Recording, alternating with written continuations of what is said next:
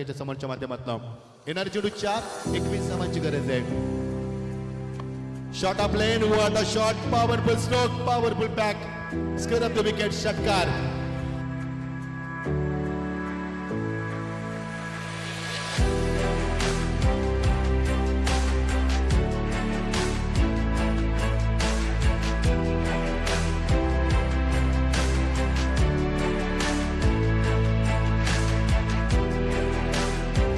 राहुलचं मी कौतुक केलं होतं, जो नेहमी संकट मोचक म्हणून काम करत असतो फळेसाठी, आणि त्याने जो काम केल्यामध्ये तुम्ही बघायचं राहुल सामन्याला यावेळी न्याय देणार का. येणारे चेंडू 3 आणि 15 धावांची गरज आहे. ज्या गोलंदाजांनी आतापर्यंत चांगली गोलंदाजी केली रणजितनं, तो रणजित सामन्याला न्याय देणार का. रणजितनं आतापर्यंत 3 चेंडूमध्ये 7 धावा दिल्यात. पहिला चेंडू डॉट, नंतर सिंगल, नंतर षटकार. आता समीकरण असणार आहे 3 चेंडू आणि 15 धावांची गरज आहे. राहुलचा कस लागणार, राहुलला हिरो बनण्याची मोठी संधी स्पर्धेमध्ये, आणि शेलगर मध्ये तो कारनामा करतो. सचिन दादांना आताच सांगितलं, त्यांचे शब्द हवेमध्ये होते आणि चेंडू सीमा पलीकडं. अजून एक षटकार, व्हाट अ बॅटिंग, अटॅकिंग फटकेबाजी, Rahul is on the fire. येणार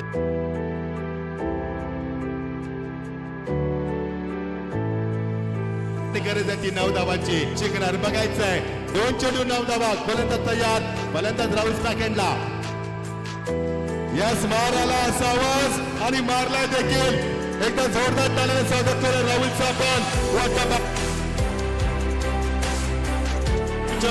आणि यामध्ये असे तो कारनामे करतोय. अशा स्पर्धेच्या पर्यंत सचिन दादांना सांगितलं आणि लगेच त्याने षटकार मारलाय.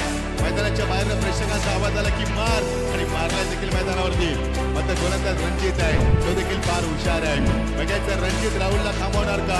जे 3 चेंडू 3 षटकार मारलेत, त्या षटकारांची किंमत कोणी हरो कोणी जिंको, मग इथे जिंकणार क्रिकेट, इथे जिंकणारी स्पर्धा, इथे विजय होणार क्रिकेटचा, विजय होणार महेश भोट चषकाचा, विजय होणार सचिन दादांचा, आणि विजय होणार आपल्या प्रेक्षकांचा. 1 चेंडू 3 धावा, फलंदाजाला थांबवणार.